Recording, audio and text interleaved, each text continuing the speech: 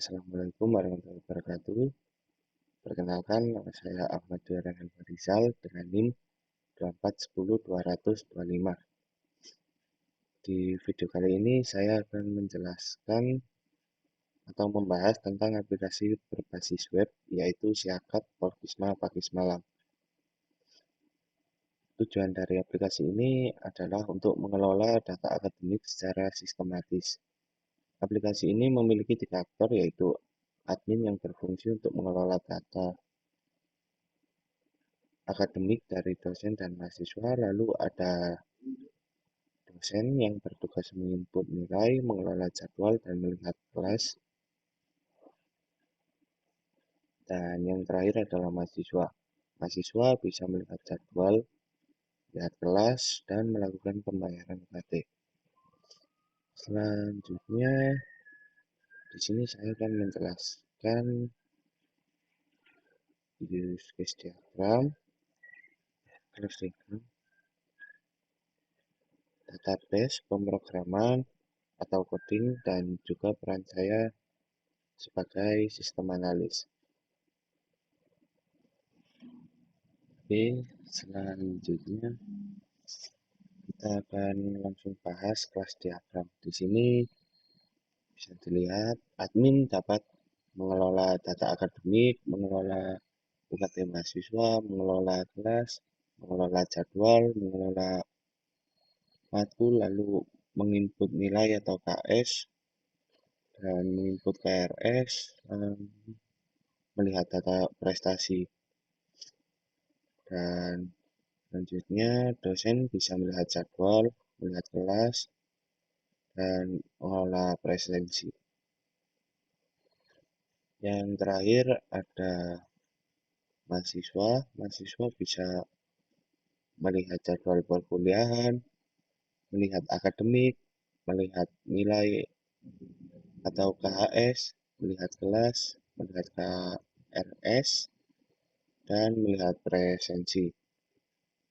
Dan selanjutnya saya akan memperlihatkan pemrograman dan hasil tampilan atau hasil aplikasinya.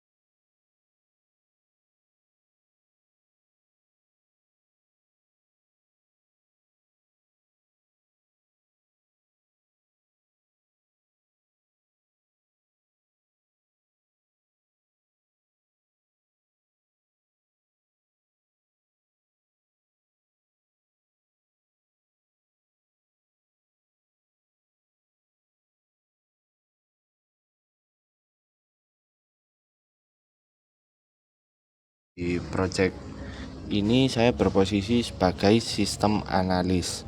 Sekarang saya ingin menjelaskan lebih detail tentang peran saya sebagai sistem analis dalam project ini.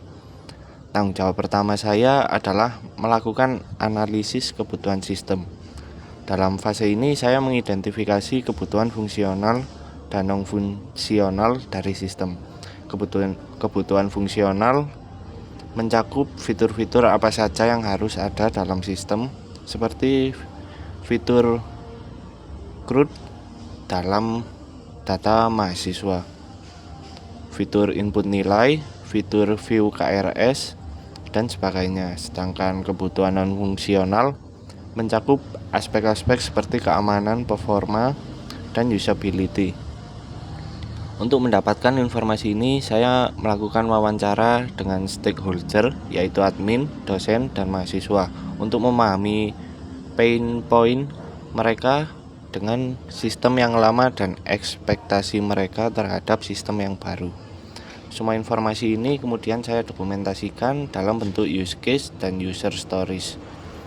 Lalu tanggung jawab kedua saya adalah pemodelan proses bisnis menggunakan BPMN. BPMN atau Business Process Model Nation adalah standar internasional untuk menggambarkan alur proses bisnis.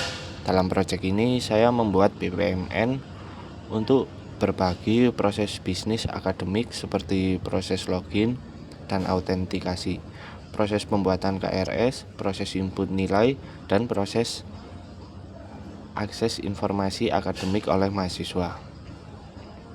Dalam BPMN ini saya juga mengidentifikasi decision point, yaitu titik di mana sistem harus membuat keputusan berdasarkan kondisi tertentu, serta exception handling, yaitu bagaimana sistem menangani situasi error atau kondisi yang tidak normal. Setiap BPMN yang saya buat kemudian saya validasi dengan stakeholder untuk memastikan bahwa flow yang dirancang sudah sesuai dengan kebutuhan mereka. Tanggung jawab ketiga saya adalah perancangan interaksi sistem menggunakan sequence diagram. Sequence diagram menggambarkan bagaimana berbagai komponen sistem berkomunikasi satu sama lain dalam urutan waktu tertentu. Melalui sequence diagram, saya mendefinisikan API endpoint, apa saja yang dibutuhkan, bagaimana data mengalir dari satu komponen ke komponen lain, dan bagaimana kita memastikan keamanan dan efisiensi dalam setiap interaksi. Sequence diagram ini menjadi panduan penting bagi tim developer dalam mengimplementasikan kode gerbang logika. Sekarang saya akan menjelaskan tentang gerbang logika atau authorization gate dalam sistem ini. Pertanyaan yang sering muncul adalah di mana letak gerbang logika dalam proyek Siakat ini? Jawabannya adalah di file checkrole.php yang berada di folder app/http/middleware. Checkrole middleware ini adalah jantung dari sistem otorisasi kita. Saya akan menjelaskan mekanisme kerjanya. Pertama, middleware ini menerima 3 parameter: request object, closure next, dan string role.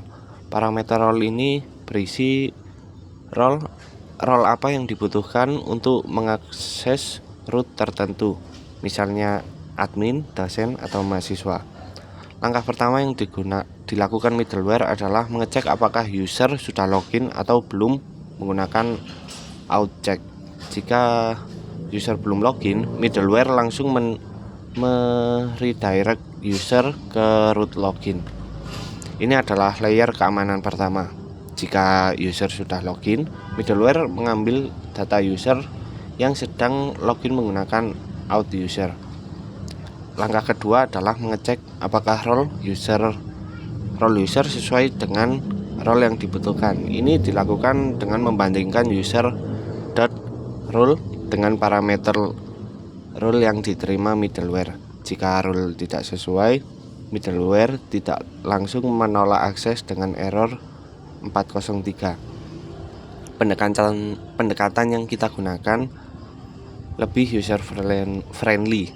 Middleware akan meredirect user ke dashboard yang sesuai dengan role mereka yang sebenarnya. Misalnya jika seorang mahasiswa entah bagaimana mencoba akses URL/admin/dashboard, middleware akan mendeteksi bahwa role user adalah mahasiswa bukan admin, sehingga akan meredirect ke /mahasiswa/dashboard dan menampilkan error message akses ditolak. Redirect ini menggunakan match expression yang menggunakan fitur PHP 8 atau PHP 8. Match expression ini seperti switch case tapi lebih case. Jika role adalah admin, redirect ke admin dashboard. Jika dosen, redirect ke dosen dashboard. Dan jika mahasiswa, akan ke direct ke mahasiswa dashboard. Dan jika role tidak dikenali, akan redirect ke halaman login. Jika role user sesuai dengan role yang dibutuhkan, middleware mengizinkan untuk diteruskan ke controller berikutnya dengan return next request. Implementasi middleware ini di root sangat straightforward. Di file web.php kita menggunakan middleware dengan sintaks root middleware dengan array yang berisi out dan role.2 diikuti nama role. Misalnya admin root, kita tulis root middleware out role, admin prefix, admin group function. Semua root yang ada di dalam closure function tersebut akan otomatis terproteksi dan hanya bisa diakses oleh user dengan role admin. Aspek keamanan yang kita dapatkan dari implementasi ini adalah pertama double layer protection, yaitu kombinasi autentikasi dan otorisasi role. User harus login dulu atau autentikasi dan role mereka harus sesuai otorisasi. Kedua, automatic redirection yang mencegah akses ilegal dengan cara yang user friendly. Dan ketiga, session based authentication yang aman menggunakan fitur bawaan Laravel. Lalu saya ingin menegaskan kembali kontribusi spesifik saya sebagai sistem analis dalam proyek ini. Dari sisi analisis dan dokumentasi, saya melakukan requirement gathering dari stakeholder melalui wawancara dan observasi. Saya membuat BPMN diagram untuk 4 proses bisnis utama: autentikasi dan otorisasi, pengelolaan KRS, input nilai, dan akses KRS serta KHS. Saya juga membuat sequence diagram untuk 3 flow: interaksi penting, login flow, input nilai flow, dan kelola KRS flow. Saya mendokumentasikan ERD atau Entity Relationship Diagram untuk 9 entitas dalam sistem. Dari sisi desain sistem, saya merancang arsitektur role-based access control yang menjadi fondasi keamanan sistem. Saya mendefinisikan bisnis rule dan validation logic yang harus diimplementasikan, dan saya melakukan mapping dari use case ke controller dan root sehingga developer tahu harus membuat apa. Dari sisi quality assurance, saya memastikan semua bisnis terimplementasi dengan benar sesuai dengan desain. Saya melakukan validasi, flow autentikasi, dan authorization berjalan seperti yang diharapkan. Dan saya mereview security measure seperti CSRF protection, password hashing, dan middleware implementation. Mungkin itu saja yang bisa saya sampaikan. Jika ada salah kata, saya mohon maaf. Saya akhiri. Wassalamualaikum warahmatullahi wabarakatuh. Terima kasih.